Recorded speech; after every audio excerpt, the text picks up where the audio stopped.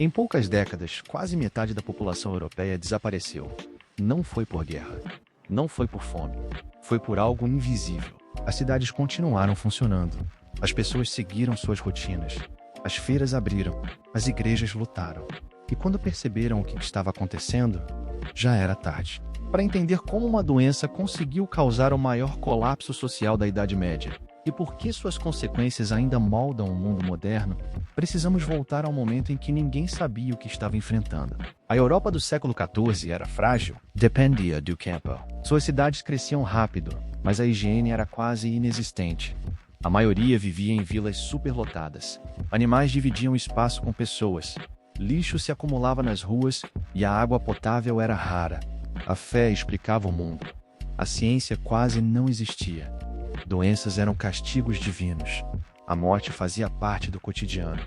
O sistema feudal dava sinais de desgaste após fome e guerras que enfraqueciam regiões inteiras. A população crescia sem estrutura, mas o verdadeiro perigo ainda não tinha rosto, nem nome. No meio do século XIV, rotas comerciais ligavam a Europa ao Oriente. Mercadores cruzavam continentes. Navios carregavam riquezas. E algo mais, invisível. Pulgas, ratos, bactérias. Quando os primeiros casos surgiram, ninguém sabia o que fazer. Isolar significava parar o comércio. Ignorar parecia mais fácil. Alguns médicos falavam em ar contaminado, outros em punição divina. As autoridades hesitavam, as pessoas tinham medo. As cidades continuaram abertas, navios atracaram, mercados funcionaram. Mas a decisão foi tomada: seguir normalmente e rezar. E foi aí que o caminho mudou de vez. No início parecia uma doença comum: febre, cansaço, dor.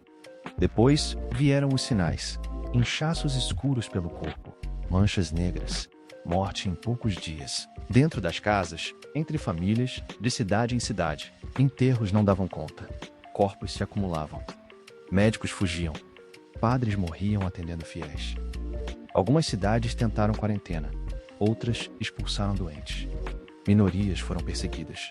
O pânico tomou conta. E quando perceberam a dimensão do desastre, já não havia como voltar. Entre 1347 e 1351, a Europa perdeu entre 30% e 50% da população. Campos ficaram vazios. Cidades silenciosas. Famílias desapareceram. O sistema feudal entrou em colapso. Faltava mão de obra. Camponeses começaram a exigir salários. A antiga ordem começou a ruir. A igreja perdeu a autoridade. Orações não impediram a morte. A fé foi questionada. Novas ideias começaram a surgir. A medicina avançou, mesmo que lentamente. Medidas de isolamento foram registradas. Hospitais começaram a se reorganizar. O Estado ganhou força. A tragédia abriu espaço para mudanças profundas, sociais, econômicas, culturais. O mundo medieval não seria mais o mesmo. A peste negra não destruiu apenas pessoas, ela destruiu certezas. O que antes parecia imutável caiu. O sistema social mudou. A relação com a morte mudou. E a própria ideia de progresso nasceu do trauma. Mas fica a pergunta incômoda: o mundo precisou dessa tragédia para evoluir? Ou teria havido outro caminho? E você? Você acha que a peste negra apenas destruiu?